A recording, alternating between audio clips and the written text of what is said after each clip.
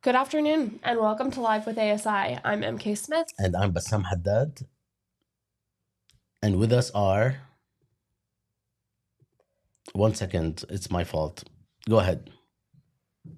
Hi everyone, and I just waited joining you guys. Moeen. Hi everyone. Great. And today we bring to you a special episode that is all about Gaza. Yes, we're going to be talking about a number of things, events, teachings, podcasts that we have developed this past month and a half. And we have lots of people, so we're going to go a bit quick. Enjoy.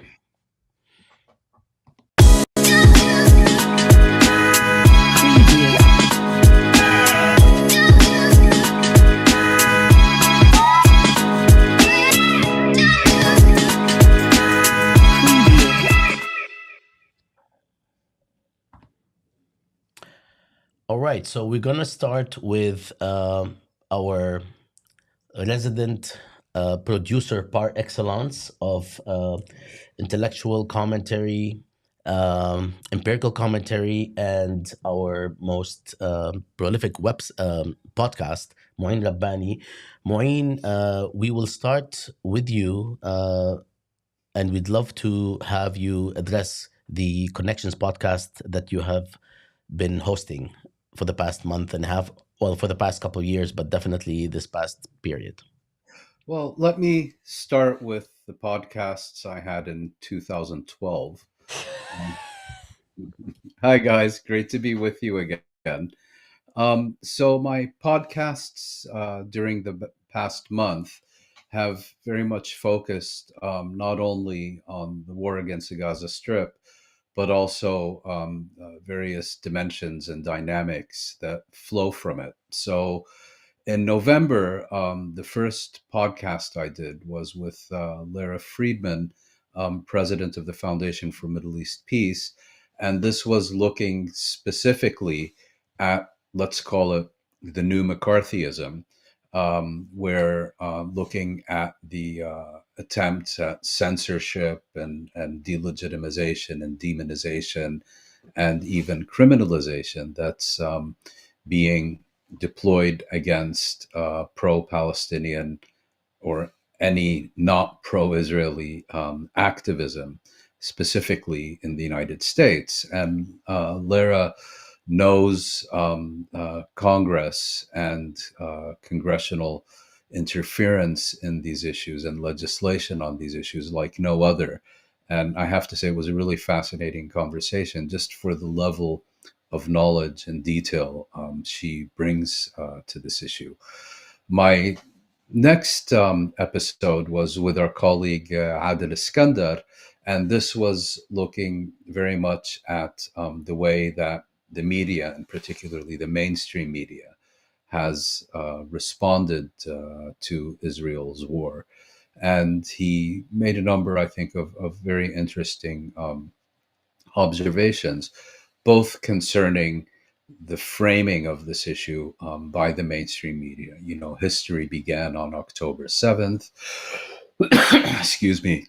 And this is essentially a battle between good and evil and all the rest of it. But then also examined how Israel is losing the public relations war because of the diminished prominence of mainstream media consumption by news consumers. And this has to do particularly with younger people and their reliance on social media and other sources that are much more accessible. And information can't be controlled anymore, like to the same extent that it has been in decades past. The following week, I spoke with Nathan Thrall, the author most recently of the very highly acclaimed A Day in the Life of Abd Salama, which is essentially an in-depth examination of Israeli apartheid and its daily workings through the lens of a particularly tragic story in which a young schoolboy dies, is burned to death in a crash of a bus taking a class on an outing, and looks at the multiple dimensions of that, and how it affected lives and fates and so on. And through this very personal story, which I would encourage everyone to read if it's not already on their list, gives, I think, a very deep and profound telling and analysis of the everyday operations of Israeli occupation, of Israeli apartheid for Palestinians. I also have had two podcasts this month. I'll only mention them very briefly, since we'll be discussing them in more detail in the next episode. I spoke with law professor Ardi Imsis about the United Nations and the question of Palestine, on the basis of his new, deeply researched book of the same title, and looking at how the United Nations has historically dealt with the question of Palestine, the main issues that arise from that, and then concluding by looking at the current case before the International Court of Justice about the status, the legality of Israeli rule in the occupied territories, and what that could mean. And most recently, I had a fascinating conversation with Lisa Bungalia about her new book, Elastic Empire, in which she looks at the relationship between aid and imperialism. And we often think of humanitarian and development aid as something distinct from, if not in opposition to, foreign occupation and imperialism. And she makes the point that, at least in the case of Palestine, they are in fact very deeply intertwined.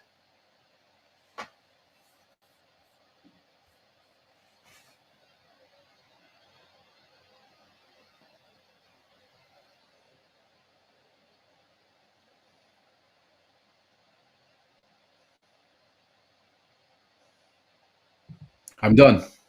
Sorry, we were working out a Nadia? technical issue there. Thank you, Maureen. We really appreciate you being here for this segment, and we'll see you again in a couple of weeks. Okay. No, Thanks we're not so gonna. much. He's As gonna always. stay with us because he's got so much else to share. But we'll see you again, actually, on the question of connections. I'm طب sure احكي there يا are زلمة. going to be other episodes. Great. See you soon, then. So our next guest is Professor Heidi Morrison, who is an associate professor of history at the University of Wisconsin in La Crosse.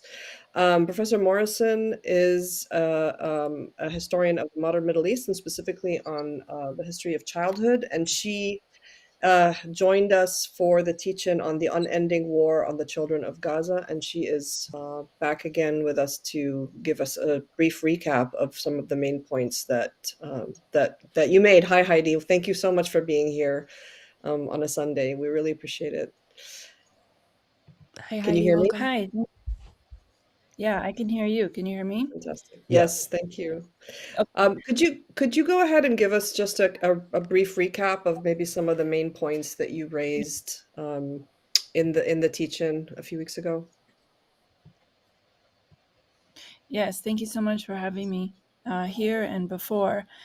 I wanted to say that since this is a program I'm on right now about knowledge production, I wanted to begin by saying that according to Zionists, the knowledge about Palestinian children that I produced for the Jadaliyya Gaza in Context series warrants my death. At least that's the message I've received in my inbox following the program. So I'll share a little about what I said, and you can listen to the full episode and decide for yourself if what I'm saying is a Nazi talking, as the claim goes. So what I talked about was that long before October the 7th, and for nearly a century now, Palestinian children are on the receiving end of a system of terrorizing settler colonialism and ethnic cleansing administered by Israel, not unlike the Western European colonial powers before them.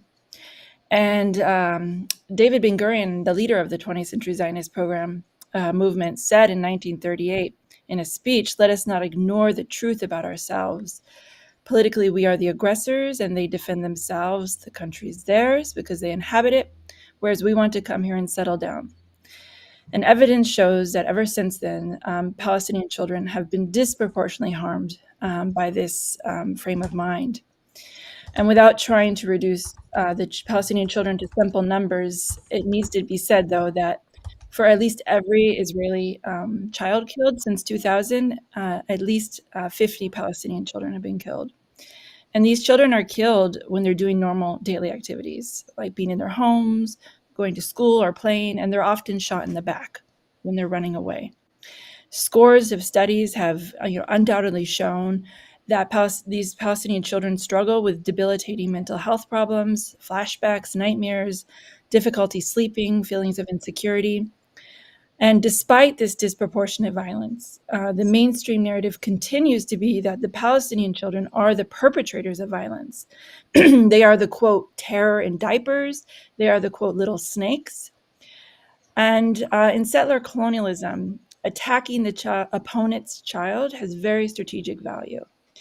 It creates instability in the family structure, which can lead to multi-generational damage, including epigenetic changes that can be passed on to the next generation. Attacking the children eliminates future generations of resistance. It destroys children's right to play and hence development to become healthy, functioning adults.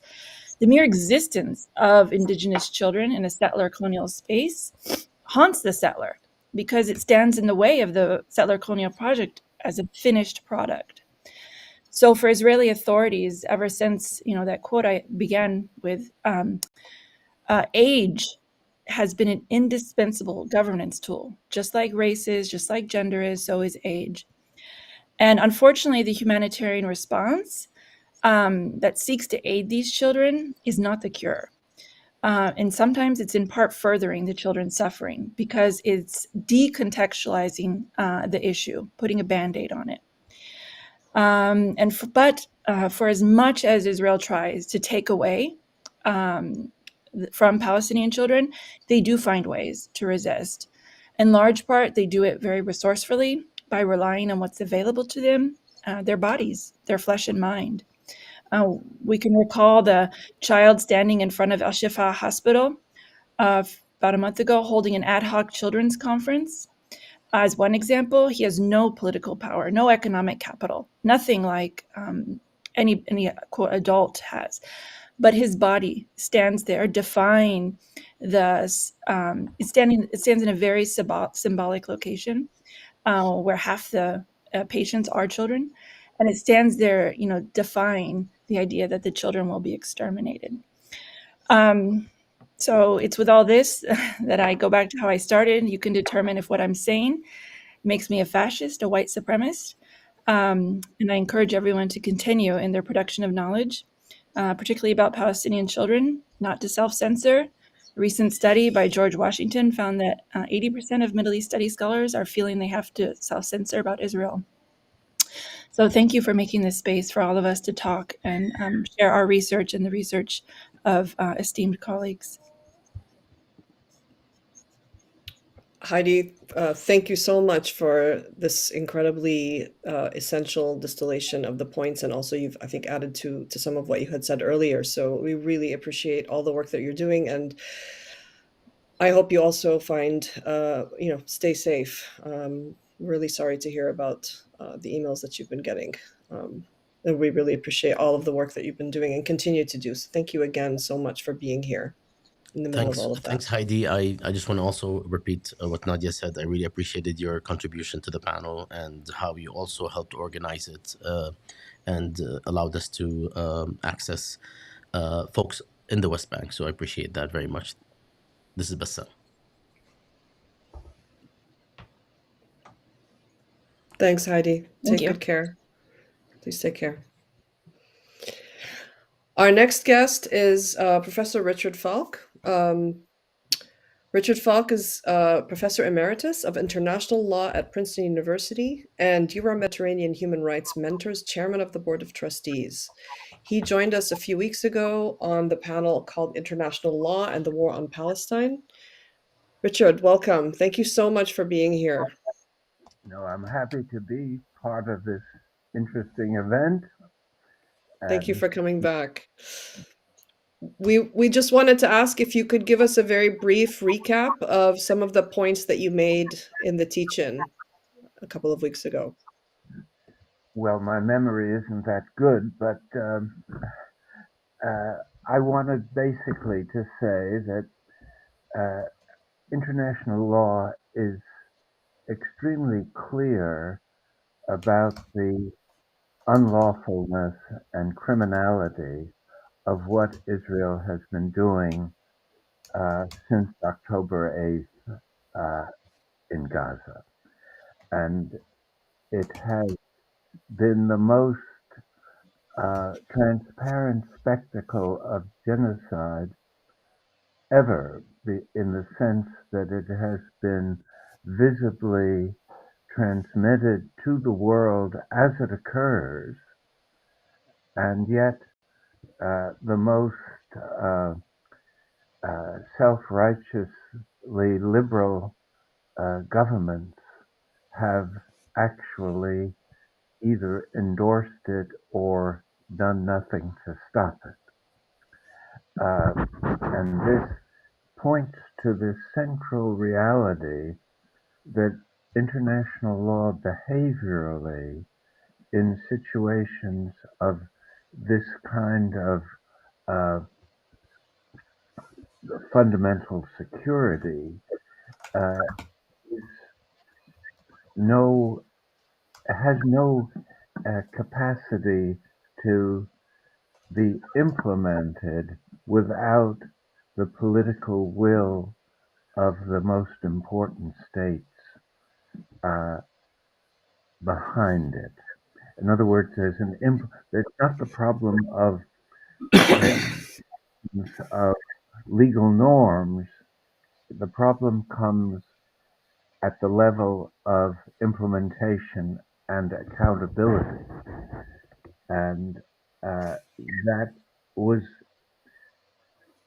designed into the kind of world order that emerged after World War II, giving the most powerful countries, the winners in the war, uh,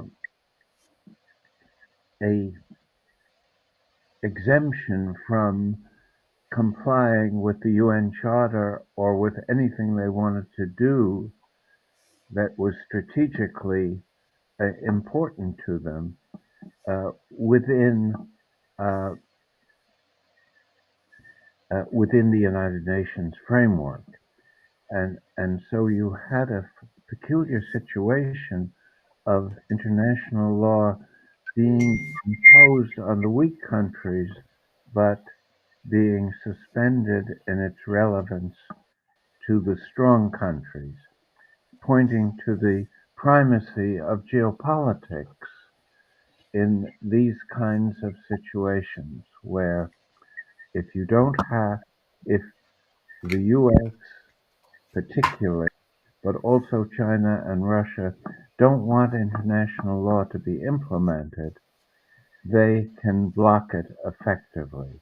So this puts the responsibility and opportunity for the implementation of international law on on civil society. Civil society can take initiatives that exert pressure.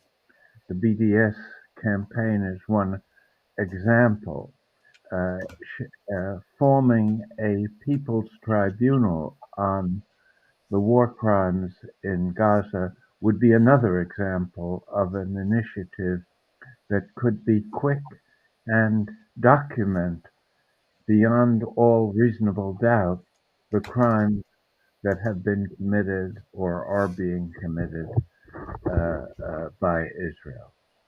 So the important element here is to find the appropriate initiatives by which sufficient pressure can be exerted on the United States and the other main countries in the global West to exert the pressure that they potentially have, as well as on the global south and the Arab world to do more than condemn Israel's behavior, but to take advantage of the substantive pressures that they can bring to bear in relation to energy and diplomatic legitimacy.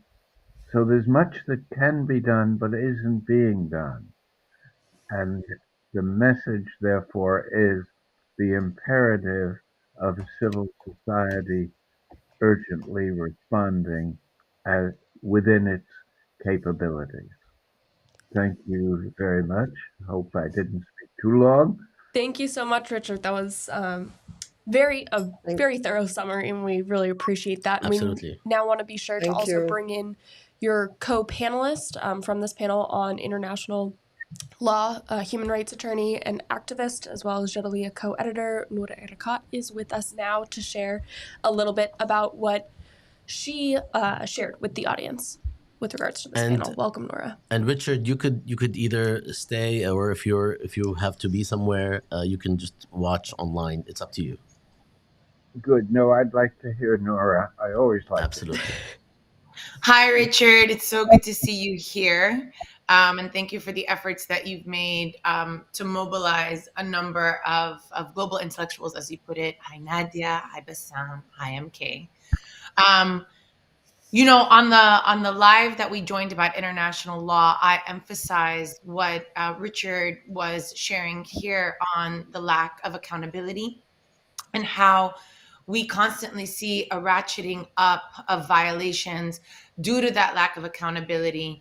That there would be no genocide today were there not a festering regime of colonial racism that has not only gone unaddressed, but that the US and others have tried to normalize in either their apology or celebration of apartheid, which is a colonial racist regime.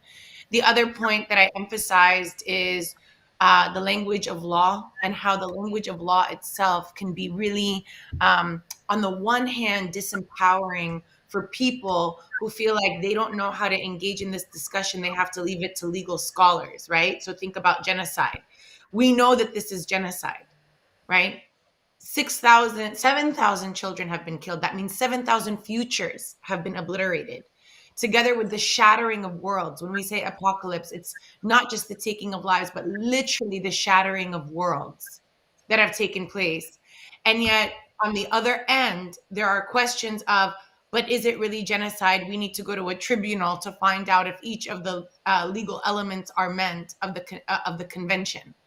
And I think that approach is not only misleading, but very disempowering, and ascribes far too much weight and significance on the law itself. When genocide existed before 1948, genocide has been practiced before 1948. We know that without a convention. We continue to know that now without a ruling. And more, and this is what complicates it, because the law itself is constructed as described by Richard, by the victors. It sustains a colonial racial edifice that not only maintains white supremacy in the international sphere, but very explicitly European dominance. And so we see that, for example, in the Rome Statute. The Rome Statute, of its 5 core crimes, excludes colonialism as a core crime. Even though the General Assembly, led by Third World Revolt in 1960, in Resolution 1514, decried colonialism as an illegitimate system of apartheid. But here we see an absolution of colonialism altogether. Not only that, but there's a temporal restriction where certain crimes cannot be investigated if they preceded the establishment of the treaty in 1998, which makes sense within legal logic, of course. There can be no crime without law, and this law did not exist until 1998, but it continues to exclude and absolve colonial violence. Other elements are the element of Article 17 on complementarity. A state that can prosecute itself or has the national ability in its courts to prosecute itself cannot be prosecuted by the ICC. Well, who does that leave to be prosecuted except for the undeveloped states who are still reeling from colonial legacies? So all of this together, we say on the one hand, there's a fetishization of lawyers and legal expertise to tell us what genocide is, and that's not necessary. We don't need it. We don't need any expertise in this situation. And on the other hand, that the law itself might very well be self-defeating once we enter into these tribunals. And we've seen that come to fruition. I hate to say this, but in 2014, I published on Jadaliyya, along with other scholars who are part of a 12 tradition, that if we go to the ICC, this is when Palestine was considering going to the ICC, that the first that the ICC will certainly prosecute will be Hamas militants. And that maybe, possibly, but not necessarily, will they actually prosecute Israelis, Israeli leaders, Israeli military officials, Israeli soldiers, intelligence, and so on and so forth, and others who have been complicit, because there's a depoliticization of the situation, which removes the context altogether, so we can't even understand this as ongoing Nakba. And two, in order to investigate these instances, they're disaggregated so that each military instance is evaluated on its own outside of a system, right? So all of this together led us to conclude exactly what we're seeing today, which is the fact that the ICC prosecutor has already traveled to Israel to meet with families who survived the October 7th operations and attacks, and has yet to meet with a single Palestinian family from Gaza, notwithstanding an open investigation since 2021, notwithstanding the fact that it took 6 years for the ICC to establish its jurisdiction between 2015 and 2021, even though the General Assembly recognized Palestine as a state and therefore having that jurisdiction, notwithstanding the fact that earlier this year in February 2023, a group of 35 Palestinian human rights organizations beseeched, pleaded with Khan to visit Palestinians and accelerate the investigation, because 2023 at the start was framed as the most deadly against Palestinians since 2005.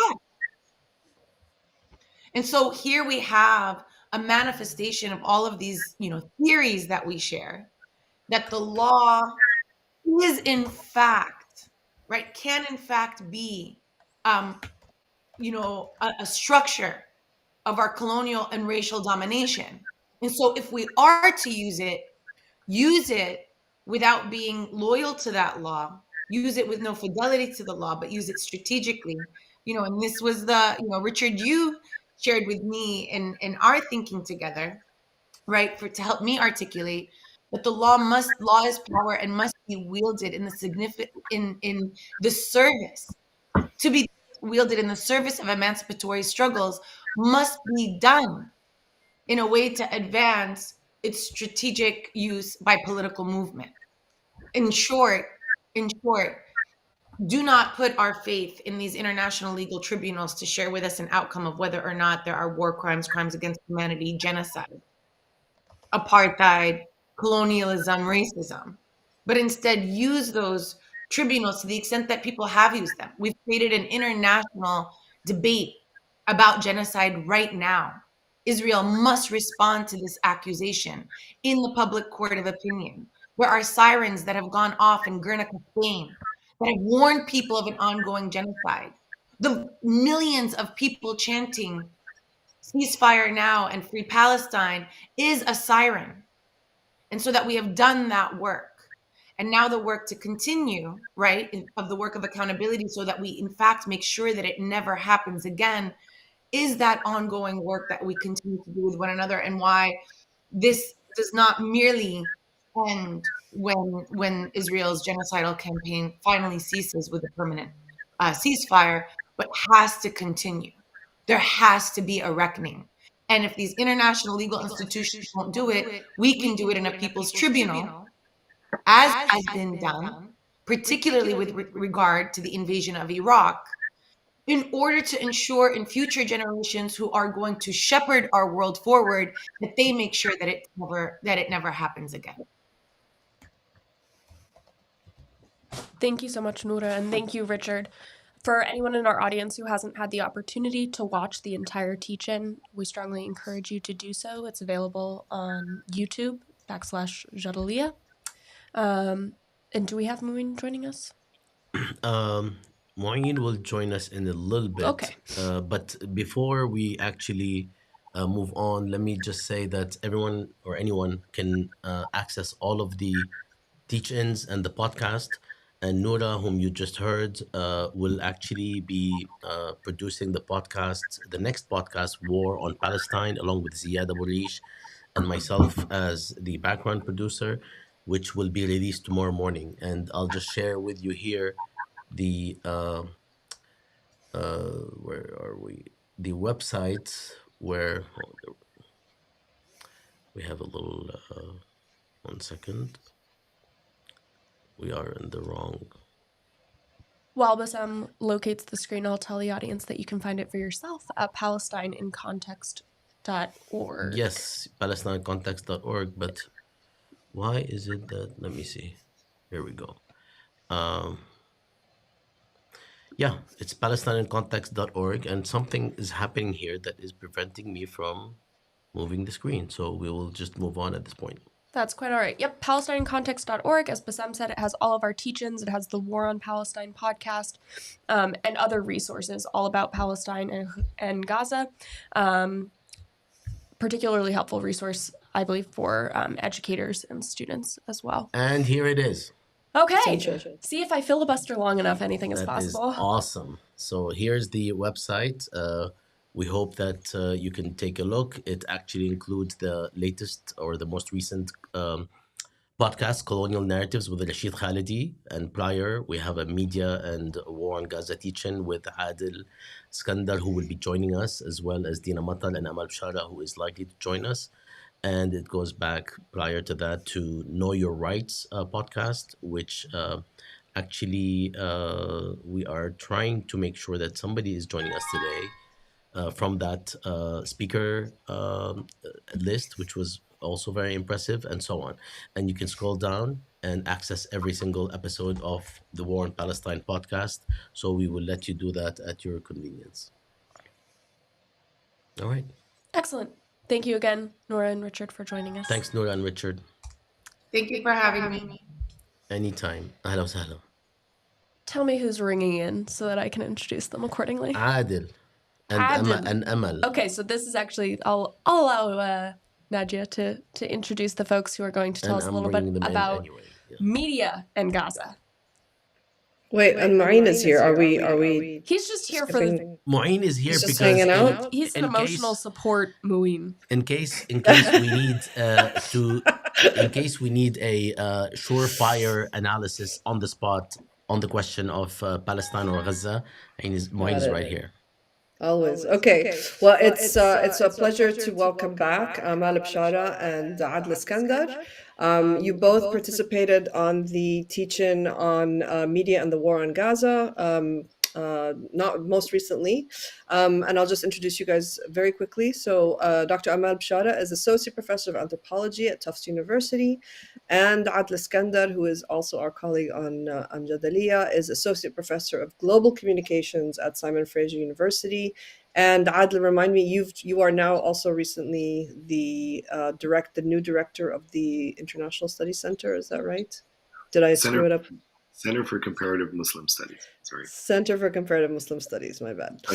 Thank you both for coming back. Could you guys give us a brief, maybe recap of the teach-in? Your colleague Dina Matar unfortunately couldn't be with us today, but maybe each of your individual points, and then perhaps if you want to say like what there's many takeaways from each of the teach-ins, but your essential ones. That would be great. Thank you.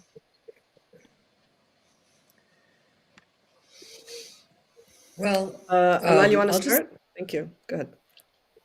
Yeah, I can start because actually I was really moved by something that Dina Madar said in our teach-in regarding the need to think about the specific forms of loss entailed in Israel's genocidal war on Gaza. For example, she talked about memoricide, the loss of collective memory that happens, especially as entire families are killed. And I think, we've seen this horrific devastation across so many different sectors like health and education, but media is absolutely one of those sectors that has seen this horrific devastation. So one of the things that I talked about is by now, according to the Committee to Protect Journalists, at least 57 Palestinian journalists and media workers have been killed since October 7th.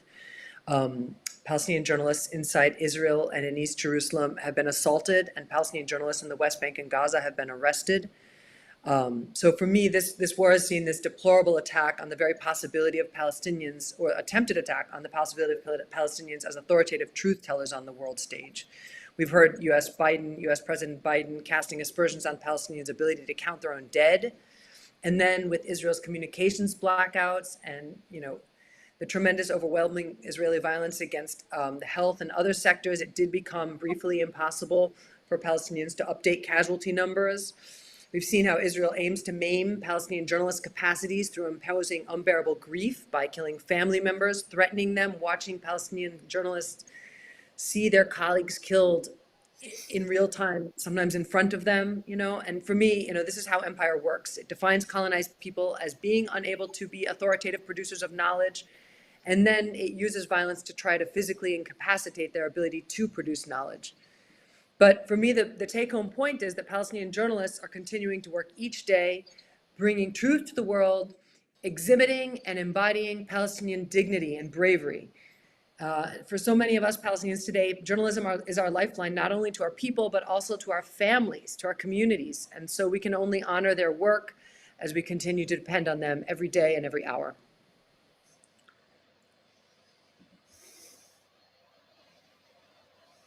Thank you so much, Emma. Sorry, my voice isn't cooperating today, but I will say that the discussion itself also ventured into the manners in which the media systems in different locales, different countries, are structurally designed and conditioned to silence and effectively erase Palestinianness and Palestinian voices. We talked about how journalism and its basic tenets, its respect for two sources, and its presumed impression of presenting multiple sides to a story is abandoned wholesale in the case of the Gaza genocide, because Palestinians can't speak for themselves in the same way that Israel casts and articulates all inhabitants of Gaza as either Hamas members or sympathizers or future Hamas individuals. No one is immune of criticism, and of course it means that their voices themselves are banished because of this characterization. We also discussed the various sort of dichotomized ways in which the media presents Palestinian loss and suffering compared to Israeli loss and suffering. There's also the incredible, not just incredible dismissal of any accusations against Israel and the Israeli occupation forces, but also the assumption that all problems or all mistakes or all violations on the part of Israel are somehow justified, even if a justification is never offered.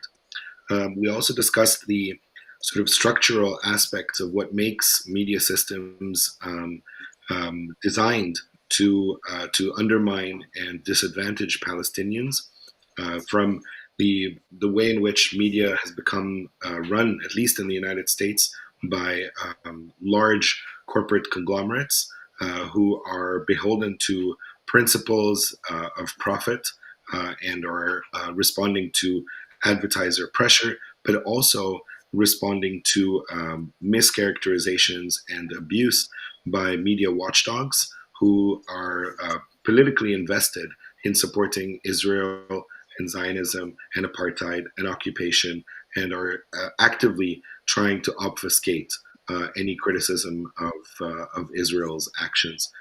So we unpacked a lot of those things. The conversation, I'm not doing it justice, and as Emma said, Dina's contribution was really quite substantial in drawing attention to these problems.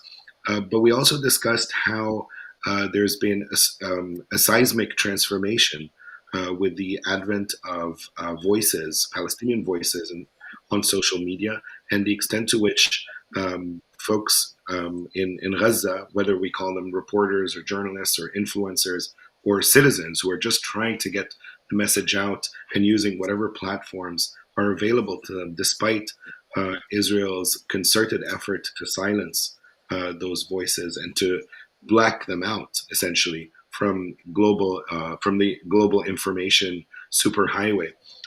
We see the way in which all of these different platforms are also committed to shadow banning them, preventing their voices from circulating, targeting those who amplify their voices by describing the content that they share as either disinformation or unverified reports. Of course, in almost all instances, those reports eventually become verified, and the mainstream media pick them up.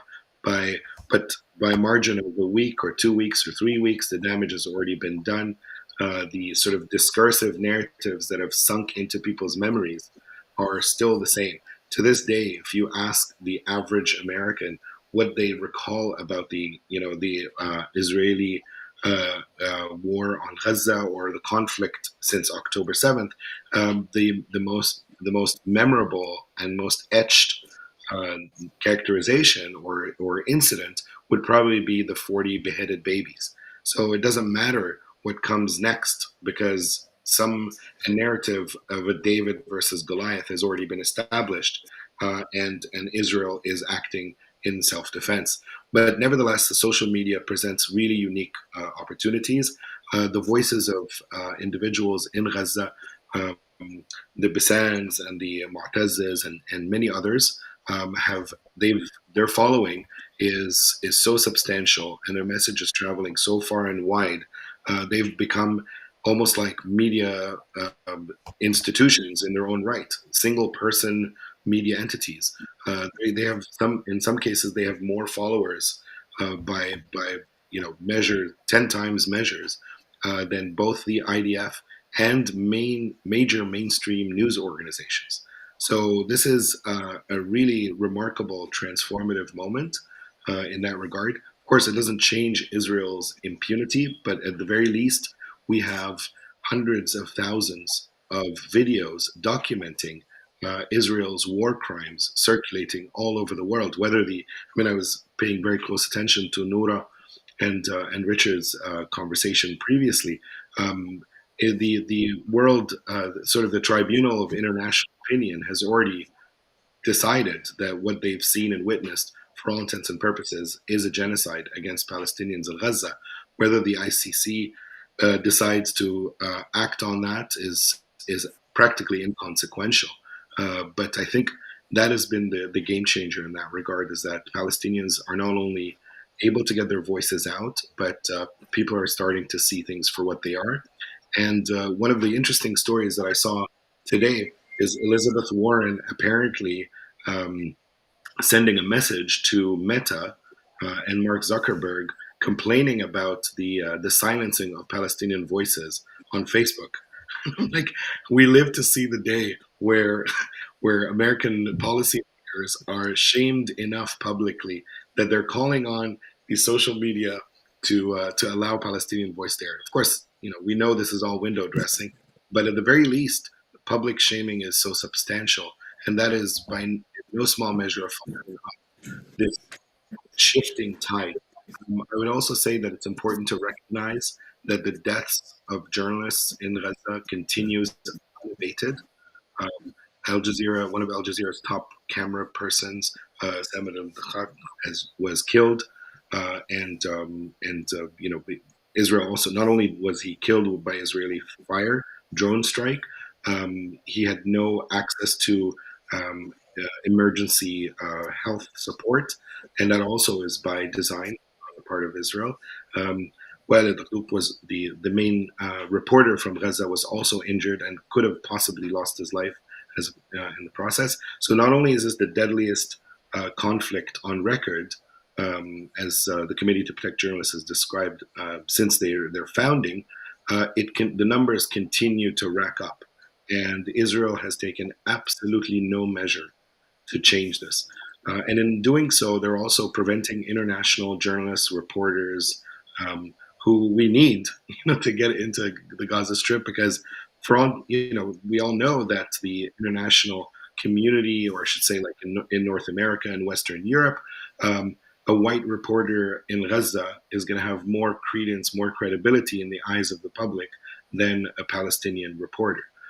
So such is the level of dehumanization and racialization of Palestinians. So when one reporter from CNN goes in to report for a few hours from Gaza, it has irreparable damage for Israel. Can you imagine if there were tens of reporters in the same way that any and all other conflicts are reported?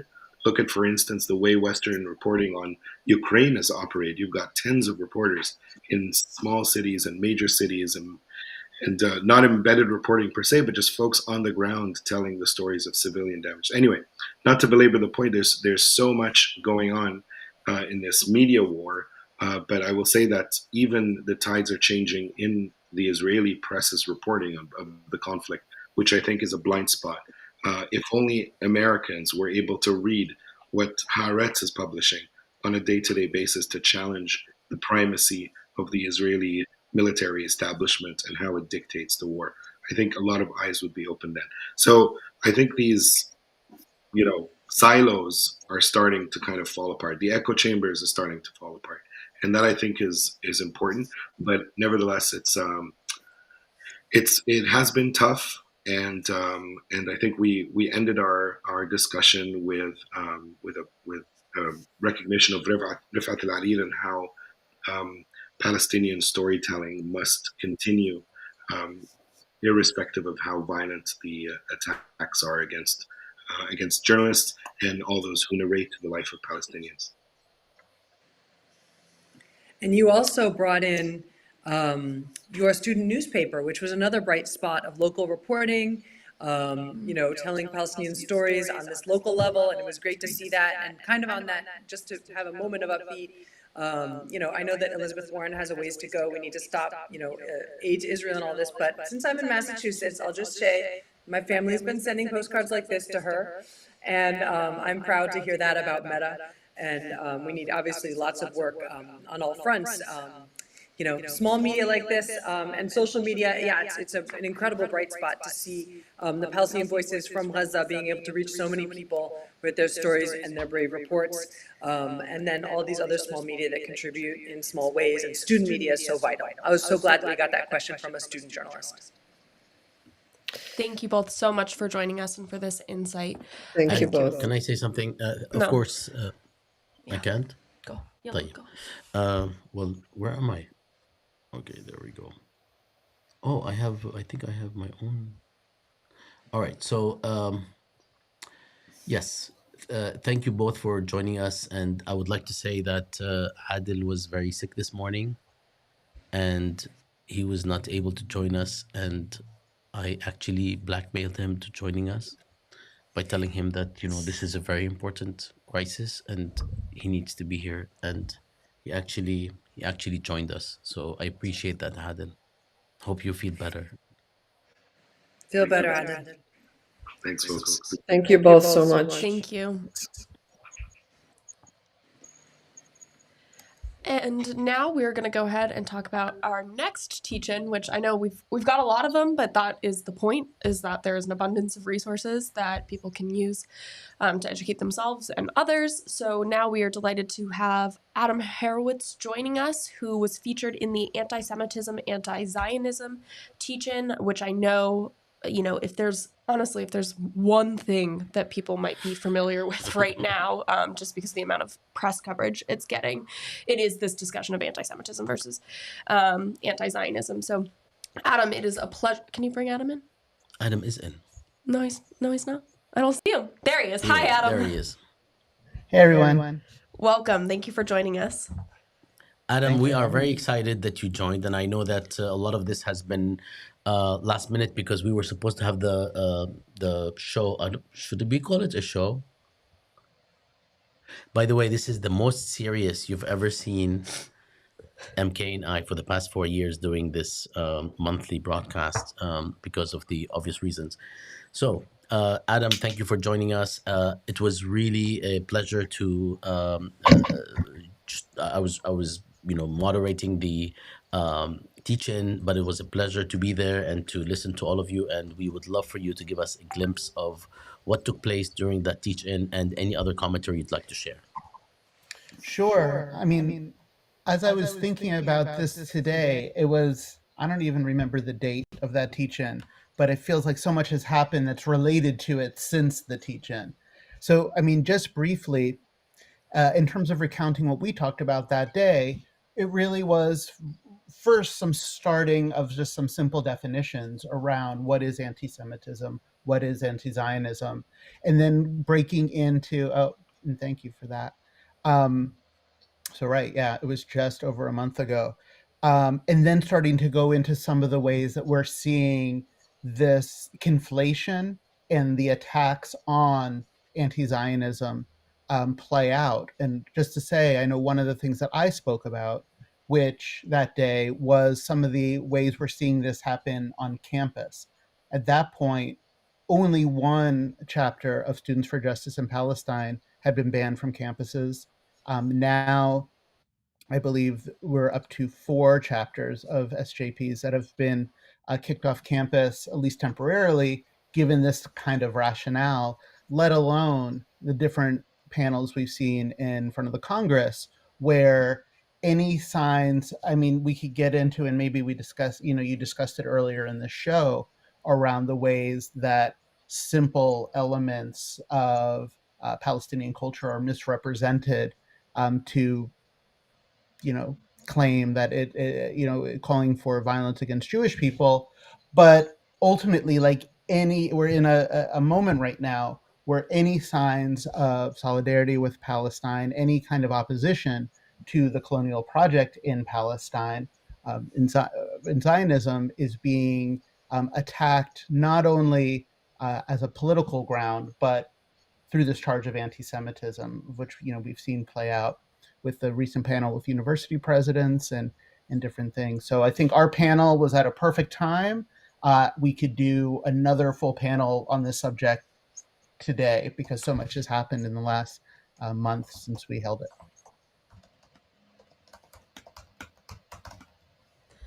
Thank you, Adam. I'm curious if I apologize for putting you on the spot, but given all that has unfolded since this teach-in, is there anything that you wish to share with our audience, perhaps particularly with those student activists who are doing their best to advocate for a ceasefire, a free Palestine, but also navigating charges of anti-Semitism? Yeah, I mean, I would say, and in a lot of ways, this is a reiteration of what we talked about on November 10th, because one of the ways that we ended that meeting was around, well, what are our calls for right now? And I mean, again, I would encourage folks to go back and watch that and listen to that again, because we really do get into these differences and how to untether the ideas of what is anti-Zionism, what is anti-Semitism. Shireen Cycli was on that panel and spoke very forcefully that, of course, as a freedom movement, as any type of movement, we're opposed to anti-Semitism. We're opposed to any kind of racial bias, racial hatred. And of course, opposing Zionism is not that. Opposing Zionism is a justice movement. And so one of the ways that we ended that panel was really encouraging people to continue to stand up. And I should say, as part of my position at Mondoweiss, we ran an article just yesterday, I believe, or maybe the day before, from students at George Washington University. GW is one of the schools where the SJP chapter has been kicked off, but this was an article from the students about how even facing that kind of repression that they've faced, the Palestine movement is continuing to grow, continuing to blossom on that campus and in that city. So right now we're seeing the repression that we're experiencing and trying to make speaking up for Palestine, speaking up for something as simple as a ceasefire, being attacked as some type of hate speech, so far is not hurting the movement, and the movement is continuing to grow. And I mean, for as much as it matters, my call would just be for people to continue to do so. Thank you so much, Adam. Thank you for... And I have to... Okay, go ahead. Go ahead. Finish your nice thank you I was words. going to say thank you, Adam, for being here now and also for being with us a few weeks ago during this teach-in. Absolutely. And Adam, I want to say that you just said that we can do another such teach-in like any moment. So I Yes. just want you to say, watch what you say. You have to be so careful around the sound. I Yeah, know. I because realized as those because words were coming out of my mouth. I already But put together the flyer, and you're the first speaker on it. just tell me when and Because where. I'll be this there. topic, as Kay was sharing, and as you're addressing, is it basically perhaps in the United States and specifically on campus is the topic of the day. So we really hope that we could revisit and maybe have a more focused teach-in. And also, before you leave, can you just tell us just a couple of words about Mondo Weiss, which you are directing and editing? Yeah, so Mondo Weiss is a news and opinion website. We're based here in the United States, and we follow news from on the ground in Palestine, as well as the political debate here in the US around Palestine, as well as the activism of the Palestine movement in the US and worldwide. We do have staff on the ground in Palestine, including a reporter in Gaza who's been providing on the ground reports. So I would definitely encourage you to check that out at mondoweiss.net. And of course, if you have anything that you want to share and add to the conversation, please send it along. We're a platform for the movement. Fantastic. Thank you. Thank you so much, Adam. We hope to see you soon, and we will. I promise you. Thank you for having me. Salam. Bye. Bye. All right. At this point, we would like to bring back our dear friend. Why is Adam still with us?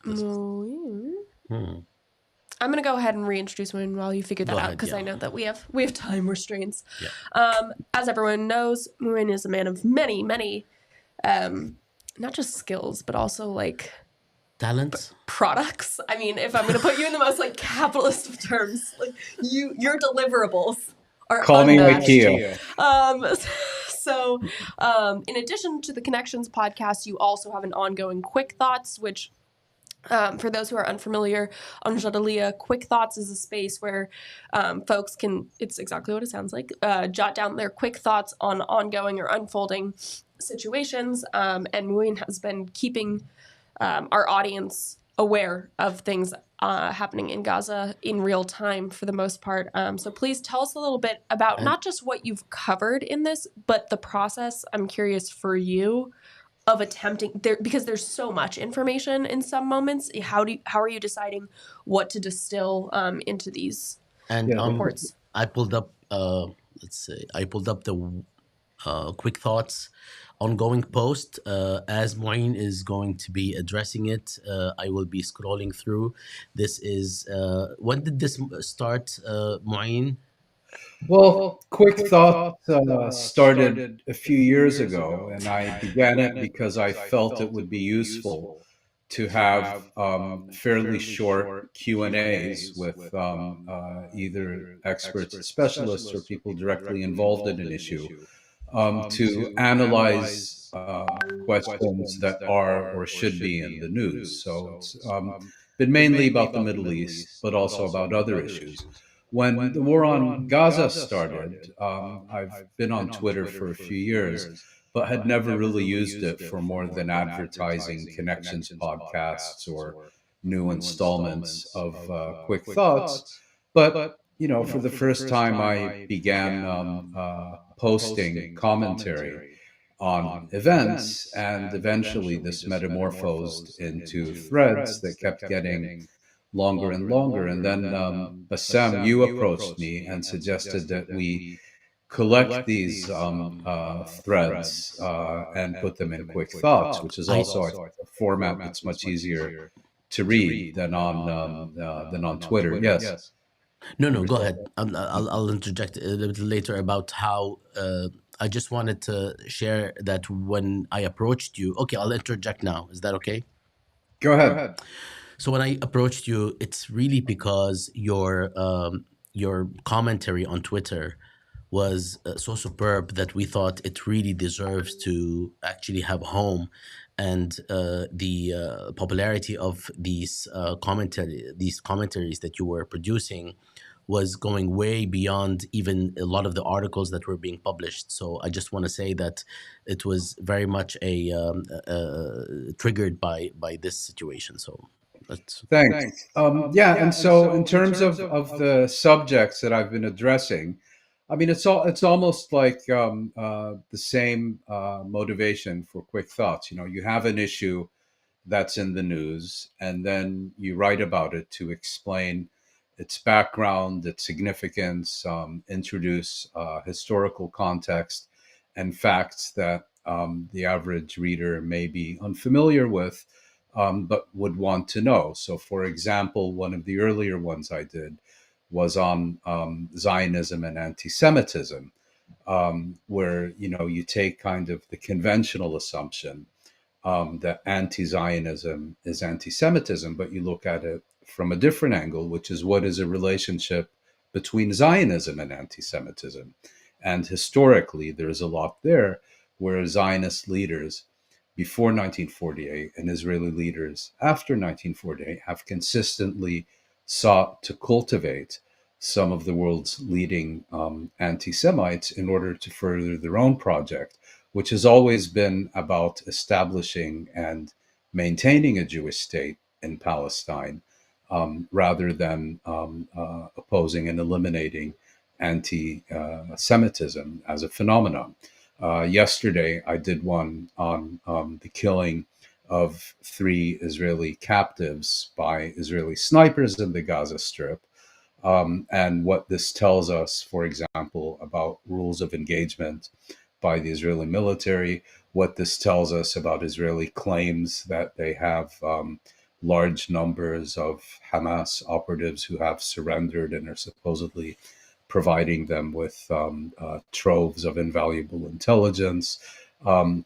What this may mean for initial discussions to get a second truce, and I've done others about various aspects as they appear in the news. For example, when the truce began, when the truce collapsed, and so on. So it's not really according to any defined schedule or agenda, but more, if something seems like it's worth commentary on background and context, I'll do that. Sometimes I will, sometimes I won't. So there's really no method to the madness as such.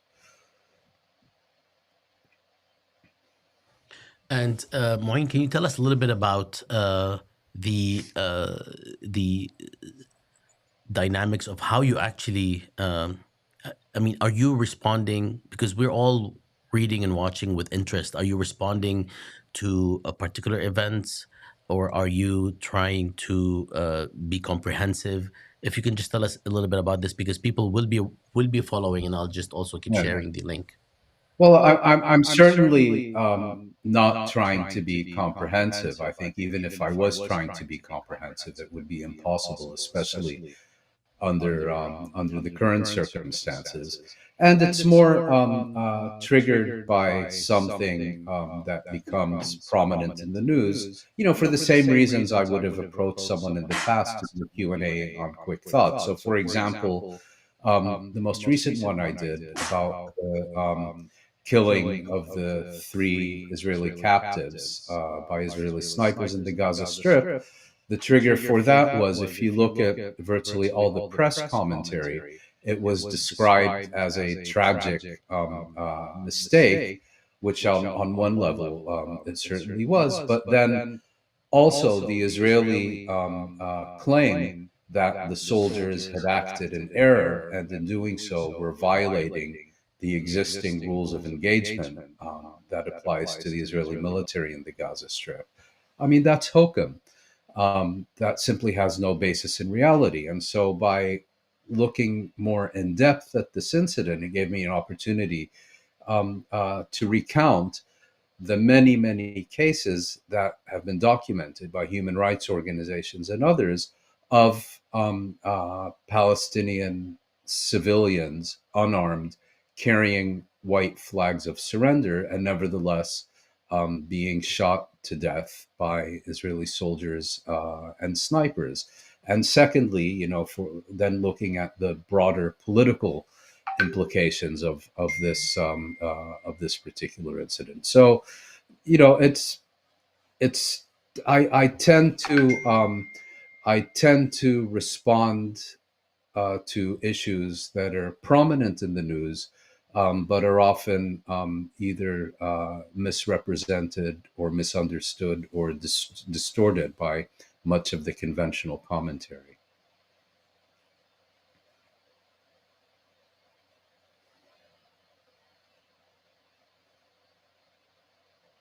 I'm done.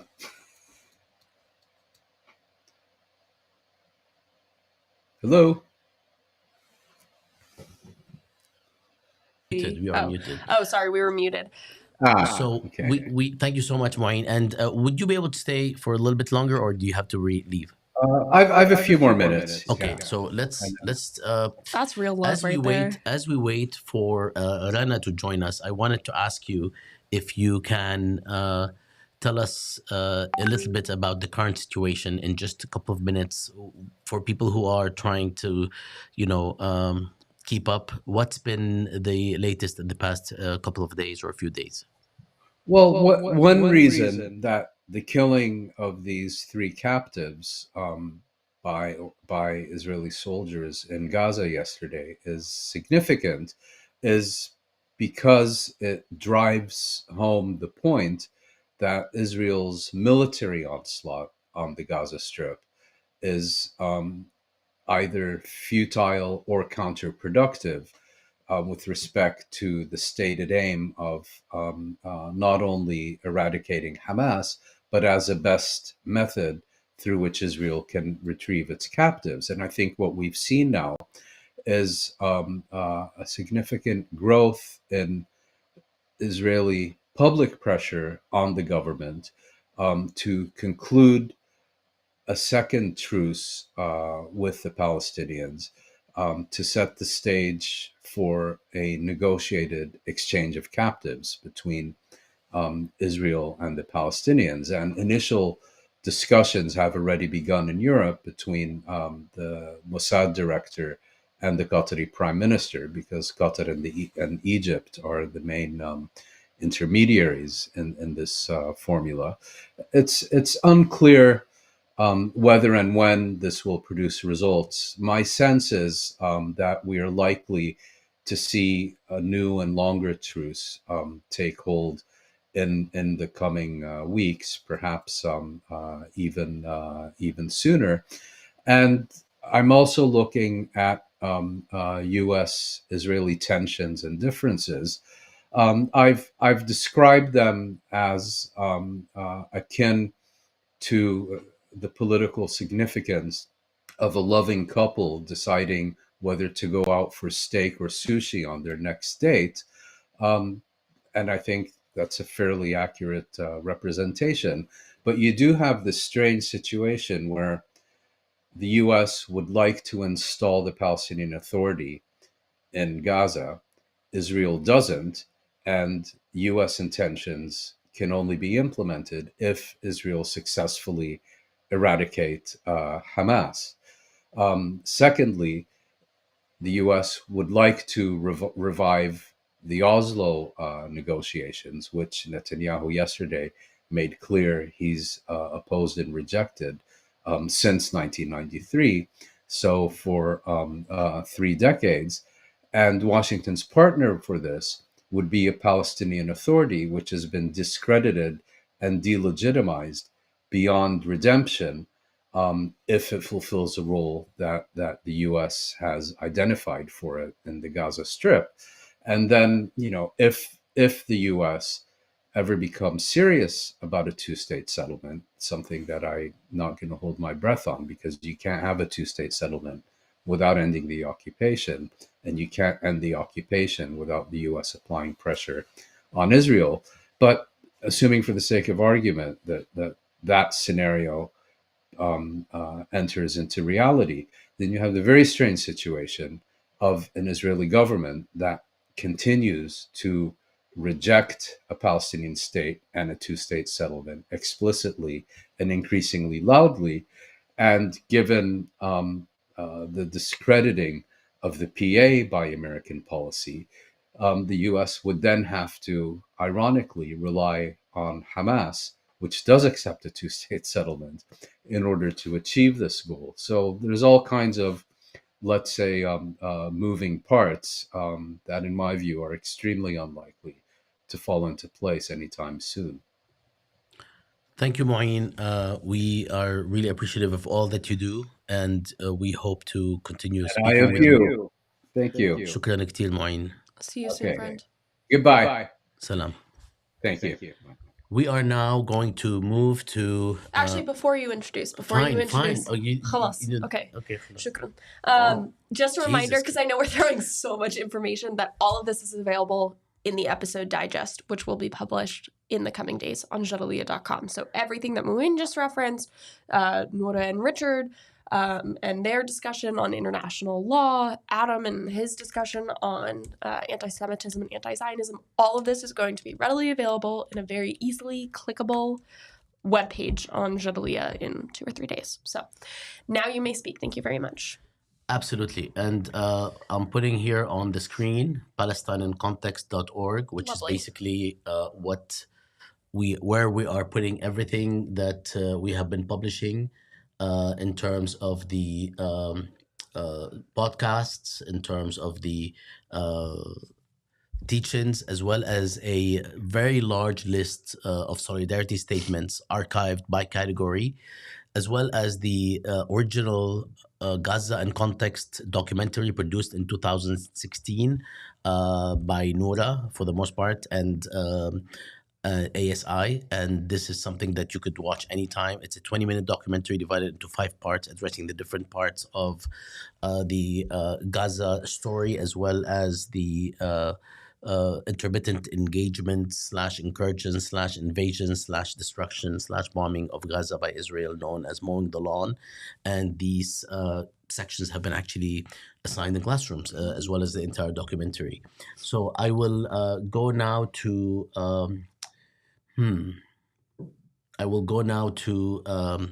Rana Barakat, who's joining us from Ramallah. Ahlan wa sahlan, Rana. We actually hosted or co-moderated the teach-in on Know Your Rights, the war, basically the war on student activism, if you will, on U.S. campuses. Rana, how are you, first of all? Hi, can you hear me? Yes, we can. You sound great. Can you lower the camera a little bit so we can see the... yeah. Okay, Azim. Shukran.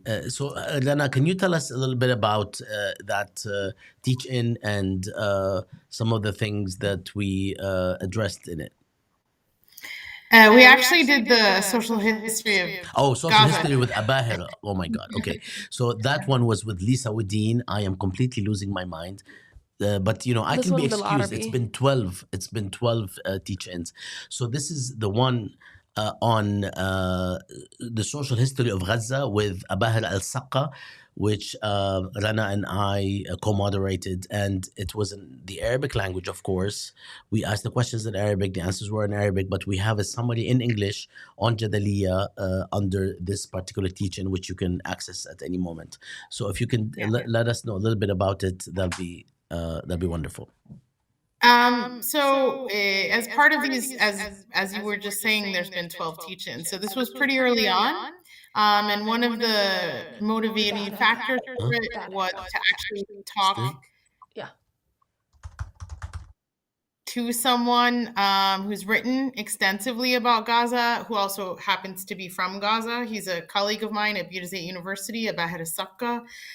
He published a book in 2018, mainly on the early period. He went up until the mandate. He went through the mandate era, the mandate colonial era.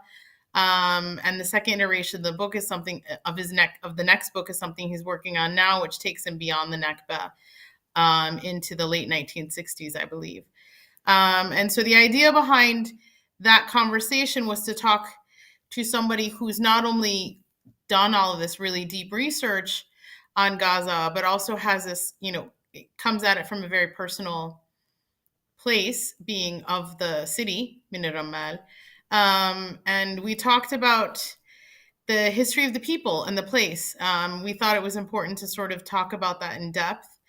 And we're finding a way, as we all are, trying to find a way through this violence to find a language to grieve not only the lives that are being lost, but also sort of the layers of life that's being lost, which includes infrastructure and history, material history and social history and people's history. And how I think, I don't know, Bassam, if you agree with me or not, but I think the point, or at least the point for me, was that in grief we also find power. So it's not just about grieving loss, but it's also about understanding that the ongoings continue. So understanding the levels of violence and destruction that are happening and all the layers that they're happening and continue to happen. This was in the middle of November, so it feels like it was about 10 years ago.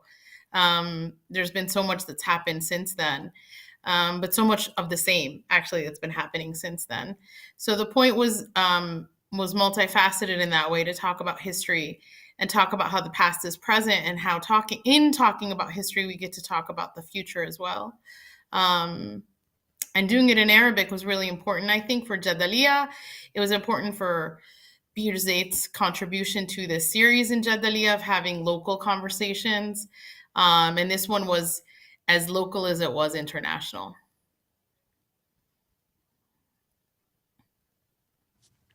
Thank you very much, Elena. And we also talked about working on another teach-in on actually what's happening in the West Bank, because it's been frankly sort of left to the side. But since I mean, not intentionally, but since you are in the West Bank and in Ramallah, I'm assuming right now, if you can share with us anything that you think our viewers might want to hear about what's happening in the West Bank. Yeah, so there's two, Bassam, you and I know this, there's two ideas that are fermenting now. I'm afraid that so much is happening in so many different ways that it's difficult to organize. And I'm only learning now from you how to do things 24 hours a day. So in the West Bank, it's difficult to talk about violence because its iterations come in so many different ways. So I think part of what I think is important to think about in terms of one people is that the violence in Gaza is affecting people, obviously in the West Bank, because it's part of our peoplehood, it's part of our people, and it's part of Palestine. The material violence in the West Bank has also been incredibly unyielding in terms of the violence. But part of what is important to keep in mind, and I'm trying to find and be cognizant of the language to use right now, is that every word that we say is being followed, because surveillance is a real issue here.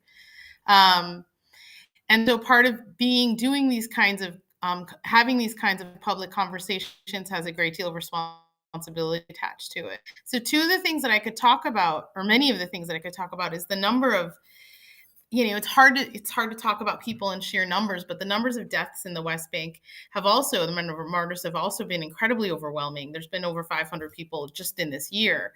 It's important to recognize that the violence in the West Bank, also the settler violence in the West Bank, certainly didn't start after October 7th, that it's been ongoing. And I'm sure your viewers remember the scenes over the summer of settlers burning villages. That was happening in the heart of this past summer. Harwara, Safa, Tormosaya, these are villages in the hills in the middle part of the West Bank. The other part, the other dimension to talk about here is how constant the Israeli army's presence is. The number of checkpoints have increased, and that by checkpoint I mean utter road obstacles. The number of arrests have increased so much that it's even difficult for NGOs or for the human rights organizations to be able to follow them. Lawyers have a hard time visiting prisoners. We don't know where they all are. We don't know where they're all taken. And then the other part, which is the spectacular violence that you see daily. And it happens more often. It starts at night and it goes through the day. Just this morning, we awoke to Nur al-Shams camp being surrounded and missiles being used in it, with several young martyrs in Tulkarem. Jenin had more than nearly 48 hours of full-on invasion 4 days ago. And the kind of destruction that you see in Jenin is representative of the destruction of Gaza. But what's really interesting is that everybody in Jenin keeps saying, Allah ya'in Gaza, because it's not, it's part of this larger, it comes from the same source, obviously. It just manifests itself in different ways. The same is true of Nablus. The same is true of El Khalil in the southern part of the West Bank. And even in Ramallah, which is supposedly the quietest part of the West Bank, we have the army invading almost 3 or 4 times a week, coming in either to the camps or to the Ramallah, to the center of the city. I teach at Bir Zayt, which is right outside of Ramallah.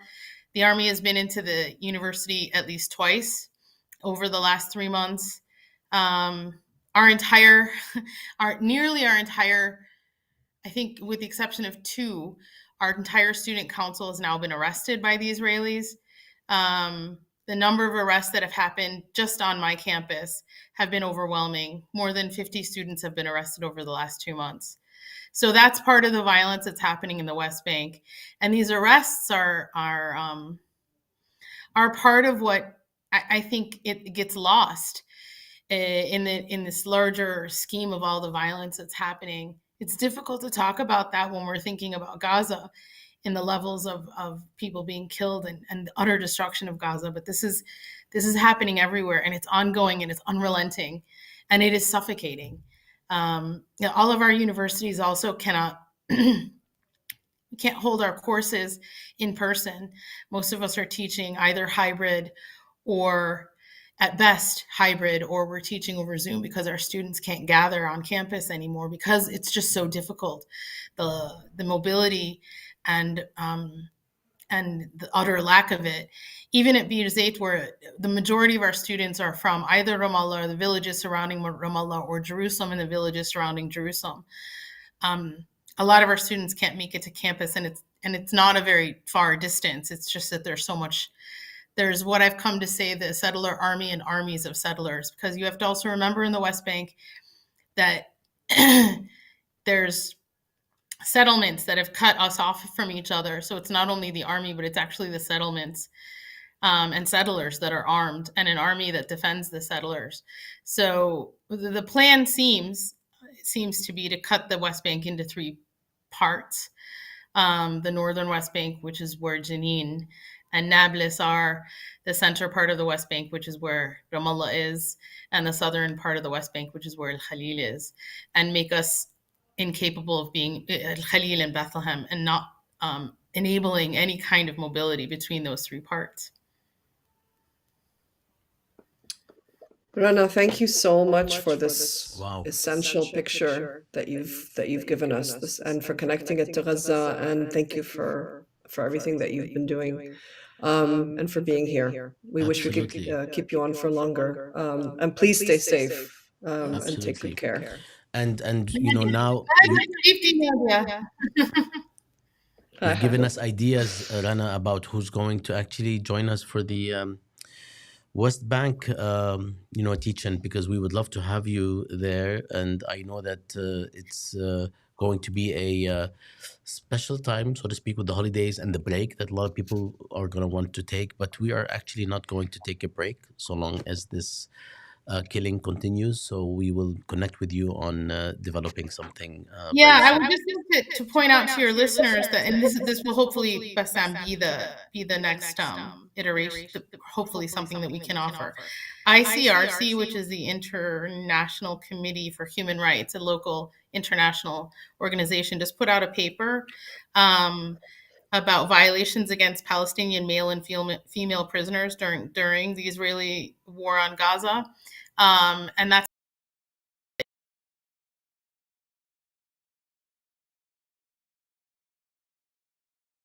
were released over those 7 days of the Hudna. So this paper is an important one to read because it's fully documenting as much as they can of what's going on in terms of the campaign of imprisonment and what's, as much as we can tell, of what's happening with the prisoner. So this is something to highlight. Your audience can look this up. It's now available on social media. It's both in Arabic and in English. So it's something for them to sort of prepare themselves for hopefully a teaching that will happen soon. And we can add it to the digest. Yeah, I'll drop it for you. I'll send it to you. That if would be you'd like. great. So much. شكرا. Thank you so much. Take good care. يلا تمام. تمام سلام. شكرا. تمام كتير منك. تبع يلا حالك. تسلم. إلى اللقاء. And before Bye. bye حبيبتي. Before we move to Nadia, who will introduce our last guest, I would like to share a couple words about the actual project, Gaza in Context. If you could see here the co-organizers, I just want to make sure that we are aware that this is a collaboration among 22 research institutes and universities, mostly university centers, which is still going on, of course, and I'm not going to read them. The last 2 times I read them, I was told that I really should not read them because it took about 25 minutes. So you can take a look at palestiniancontext.com, .org, palestiniancontext.org, and check out the collaborators, which is not always a good word, of course, but check out the network that has come together to produce these teach-ins. And of course, you can use the website and literally, find out a lot more about every single one of these teach-ins. And now I'll give it back to Nadia. So we're about to play a pre-recorded interview that was conducted with Noor Jouda. Noor was or is a UC Presidential Postdoctoral Fellow at UC Berkeley, and she was also part of the Gaza and Geography teach-in a few weeks ago with Jihad Abu Slim. And again, I think one of the the whole series has been amazing, but that episode in particular, I think, is crucial watching as well. So can we go ahead and play the interview? Bassam, I think you're muted. Sorry, Did it you say was. I something? just want to say that it's Jihad Abu Salim because the poor guy keeps saying that everybody messes up his name, like in back home and here, and Oh, as long as it's back home too, then I feel okay. including. I just added back home so you don't feel bad. Including Siri, who Amazing. calls him Abu Salim. All right. Ah. Oh my god. Okay. No more laughing. Okay. Hi everyone. I'm sorry I couldn't be there with you live today. When Jihad Abu Salim and I did our Gaza and Geography teach-in for the series, it was 26 days into the genocide. There was no sign of an end to Israeli aggression and atrocities, and in many ways that is very much still true. It is difficult more than ever, I think, to fully comprehend just how much death we have witnessed in the last 9 weeks and how much the face of Gaza has been destroyed and how many of its residents displaced. Despite that, the Gaza and Geography teach-in, as all of the teach-ins in the Gaza in Context series, we hope is a resource that holds true for you beyond and for everyone beyond the current moment. In it, Jihad and I provide a breakdown of the space that we now know as the Gaza Strip, in an attempt to both battle a lack of geographic familiarity for many with Gaza, particularly in comparison to the West Bank, as well as to better understand how the history of that geography impacts Palestine today. We first walk you through the transformation of Gaza as the largest district, once largest district in Mandate Palestine, before the 1948 Nakba, and then how that rupture goes on to fill what we know today as the Strip with hundreds of thousands of the district's residents and then residents of other Palestinian districts as well.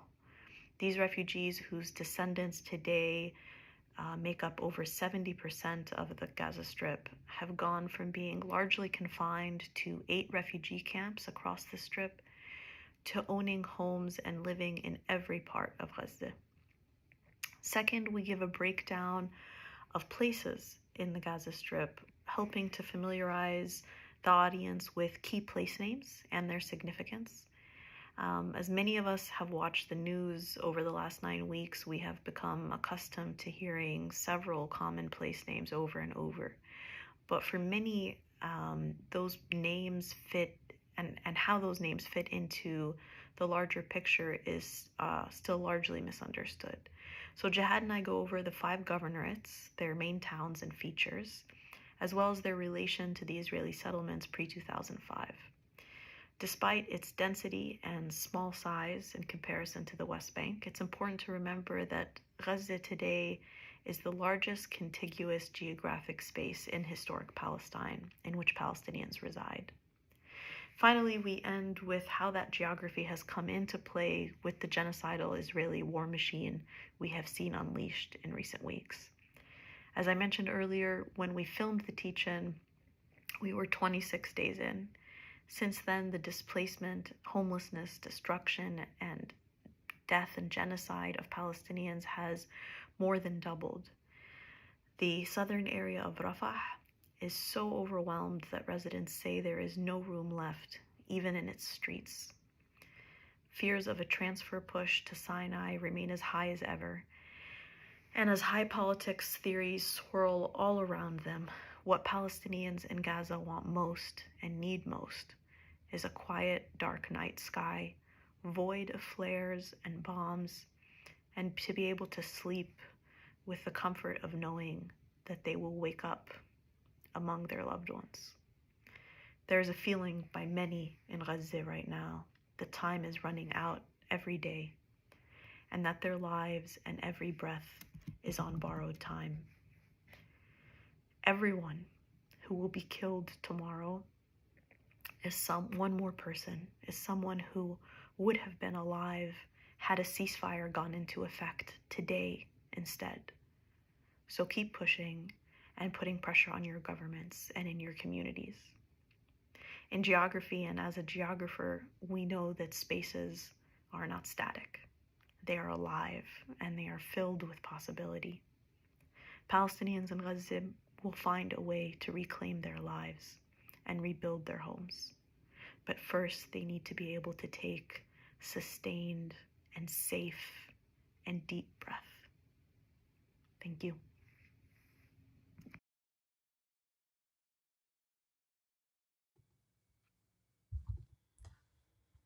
That was powerful. Yeah, really beautifully said. Again, that's Noor Juda, who spoke on a teach-in with Jihad Abu Salim on geography in Gaza. And I would like to simply, I don't want to interrupt her image, basically, or her video, but this is the geography, Gaza and geography teach-in, which was held on November 2nd. And a lot of people felt that this was one of the more elaborate teach-ins because they were quite systematic. And we already have heard some educators actually have used it in classrooms. So we really appreciate that, Noor and Jihad Abu Salim. All right. We have come to the end. Nadia, would you like to share anything with us before we close? No, just grateful to be here with you guys, and also I just want to say that these the LWA digests I think are important. I think this one has been particularly essential because it hasn't just been a recap, but a number of our guests have actually added to the things that they said in the teach-ins, which is really crucial, and also several of the recaps themselves have been, I think, incredibly incisive and could work as individual or standalone clips for anybody who wants to use them. So this has been, I think, a particularly generative and valuable Live with ASI. Thank you.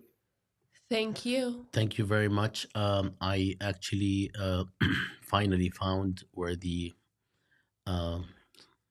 ticker is, and I'm playing it just in case people would like to know what they're watching. Just in case.